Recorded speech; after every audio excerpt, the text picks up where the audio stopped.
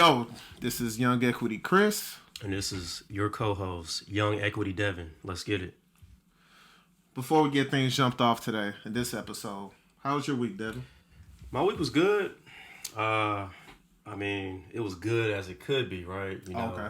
You got the stock market losing, no gains as of right now. I want to say my 401k is down. My Betterment accounts are down. My traditional's down. Fidelity's down. Even my Acorns account is down. Wow. So, yeah, man, it was a rough week, but it's gonna pick back up hopefully. How was yours? Mine was cool. I honestly haven't even looked at my 401k. My play stock account is down, but that's fine. I mean, I bought some dips, and then those dips dipped even more. But I would say my only regret is I was so heavy-handed.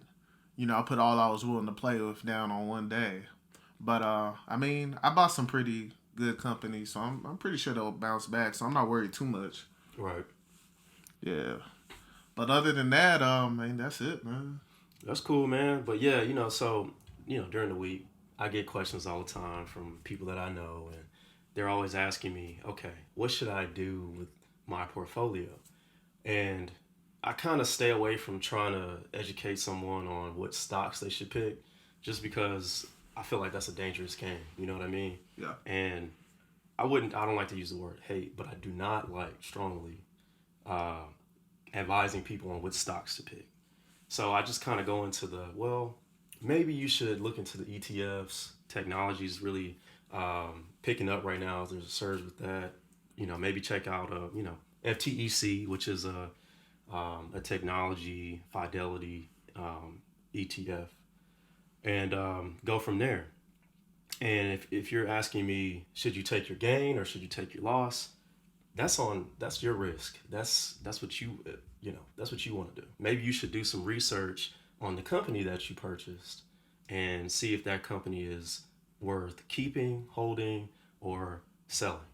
I don't know that answer. I don't have a crystal ball. You know what I mean? Okay, so I get you. So why don't you like giving stock advice? Because if someone were to take my advice and then lose tremendously, I would feel guilty about it. Okay. You know what I mean?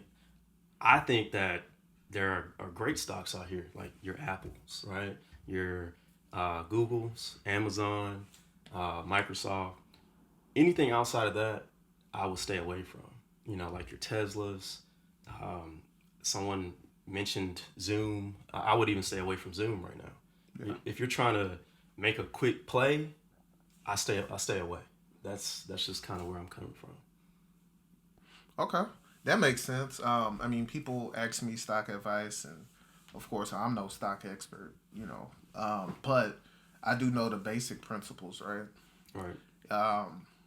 You want to limit exposure as much as you can, and that's something you could do through getting something like an ETF, right? That's an exchange traded fund. Right. And that's like one stock that's like a collection of a number of companies, depending on which ETF it is. So that limits exposure right there in it of itself. Then if you're going to invest in an individual stock, make sure it's a company you study, you're familiar with, that you know is going to be around, let's say in the next 10 years. And then buy it and hold. Because, if you come to me today, you buy, let's say, Apple stock, and I told you put it in an account, forget about it for a year, you look back at it, I will be pretty confident that the Apple stock will be worth a lot more than it was when you bought it today. No, I definitely agree with that. Another thing I kind of give advice on is like, hey, if you're not, checking your account every other day or every day or 4 times a week, maybe you get an robo investment account like Betterment. That's a great tool. I'm always pushing that. There's several other tools, but that's a tool that I use where you can actually deposit, $50, $100, whatever you want into this account, and then they invest that money for you.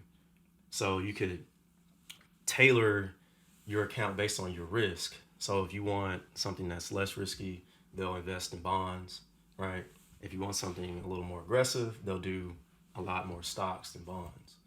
So that's where I try to push people that aren't really avid investors. Okay, what about gold? Gold is something that I haven't gotten into, but I know that gold holds their value, and I know that it typically increases. So if you're looking to put money away and you don't need that cash, then sure, why not? I don't see a problem with that. Crypto? I do have some crypto. I don't have a lot of crypto. I try to stay away from it just because they didn't teach that in grad school. So I don't really know much about crypto, but I do want to have enough to where just in case this thing booms again, I'm in the game. I have no idea. I couldn't give you any advice on crypto. So it sounds like you have a little bit of FOMO. What's that? Fear of missing out. Yeah, oh yeah, for sure. For I, sure. I don't know if that gels with finance well at all. Because, I mean, my personal understanding of personal finance is planning. Yeah.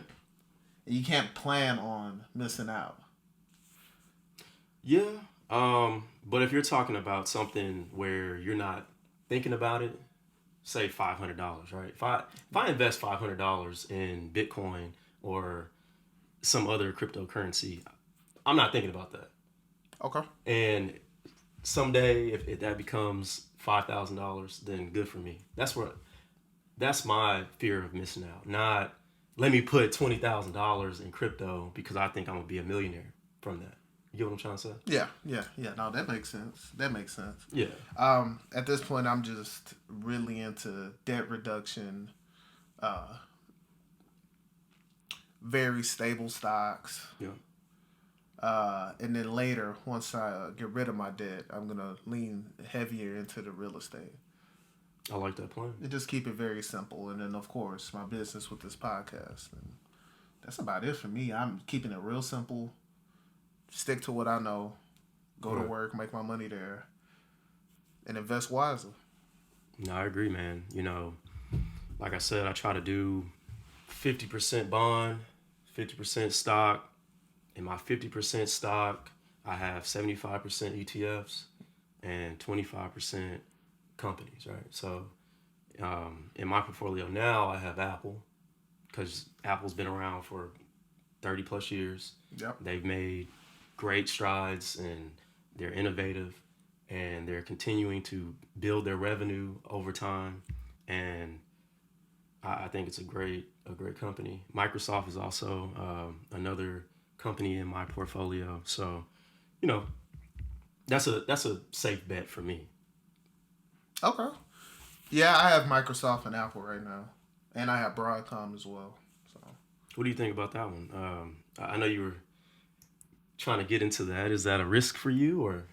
I mean, it's a really stable company, so it's not a risk per se, but it is a company I don't know too much about. Mm-hmm. But I know that they are inside of the machines that I use daily. So if I believe in Apple, who has a close relationship with Broadcom, then I think Broadcom, at least in the interim, could be a good play.